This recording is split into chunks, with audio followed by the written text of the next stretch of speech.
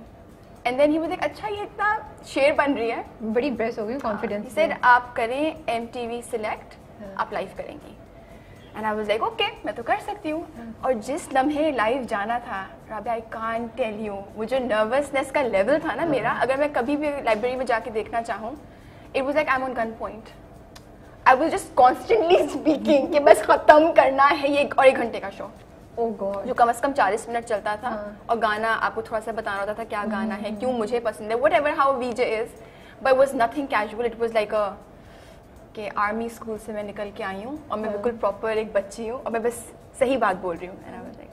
تو how did it go? اچھا producer نے فیڈ بیک کیا دیا اس کے بعد؟ They liked it, but they were like you know کہ تھوڑا سا آپ کو you have to work on yourself, جو ہمیشہ ہوتا ہے. بٹ دین پھر اس کے بعد مجھے اتنا مزہ آنے لگا that it was fine, it was good. جب ہم آف کیمرہ بات کر رہے تھے تو مجھے بتا رہی تھی تم کہ شروع میں اسکولنگ تمہاری پہ کہیں رک گئی تھی. ہاں میں نے ہائی اسکول کے بعد, بیکاز A لیولز مہنگا ہوتا ہے یار. اچھا, بیکاز اگر آپ A لیولس کرنے جا رہے ہیں تو میں بہت کوئی لائق بچی نہیں تھی, تو اگر آپ A لیولس کے لیے کسی انسٹیٹیوٹ جائیں گے تو پھر ٹیوشن بھی کرنا پڑے گا.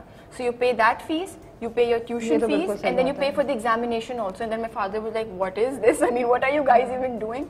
تو میں نے کہا مجھے A لیول سے پھر بھی کرنا ہے. تو مجھے چلو ہوم اسکول, مطلب ہوم اسکول تو نہیں لیکن میں گھر پہ پرائیویٹلی کوشش کروں. And I did, and I cleared my exams because my mother is a teacher. My father is also very like, you know. تو فیل نہیں ہوا اسکول میں تو اتنا ہلا گلا ہوتا ہے لڑکیوں کے ساتھ, مزہ وہ چھوڑ کے گھر میں بیٹھ کے پڑھائی کرنا, تھوڑا فیل ہوا تھا کہ اس وقت تو نہیں ہوا, لیکن جب آپ پھر محفلوں میں جاتے ہیں, and then when you speak to other people, that's when you realize کہ آپ اپنے والد اور والدہ کا ایک مکسچر ہے, and that's where you stop because آپ اور لوگوں سے نہیں ملے, تو وہ آپ کا وہاں پہ آپ کا پروگرس رک جاتا ہے. Which is why it's very important to meet people and talk with them, and I'm saying that. But ضروری ہے. تو پھر اس کے بعد جب when I started working, تو پھر میں نے کہا, میں امی نے کہا کہ دیکھو کوئی institute if you want to go and resume your education, and I did. اور پھر وہاں سے میں تھوڑا وقت نکال کے ضرور پڑھتی ہوں, لوگوں سے ملتی ہوں. تو پھر ہوا کیا, بیکاز فائنینشیل پوزیشن تھوڑی سی صحیح نہیں تھی, تو گھر پہ بیٹھی. پھر کالج میں کیسا ہے, کس کالج میں؟ نہیں, پھر I finished my A levels, اور پھر اس کے بعد I was like کہ مجھے کچھ اپنی فیلڈ میں کوشش کرتی ہوں, بیکاز ایکٹنگ اسٹارٹ ہو گئی تھی. تو ایک تھوڑا فلم اسٹڈیز کرتے ہیں, تو I went to Indus Valley, I studied that. پھر مجھے آرٹس میں انٹرسٹ ہے, تبھی بھی میں وہ کر رہی ہوں کہ میں اپنا بیچلرس کرنا چاہ رہی ہوں کہ میں آرٹس میں کر لوں.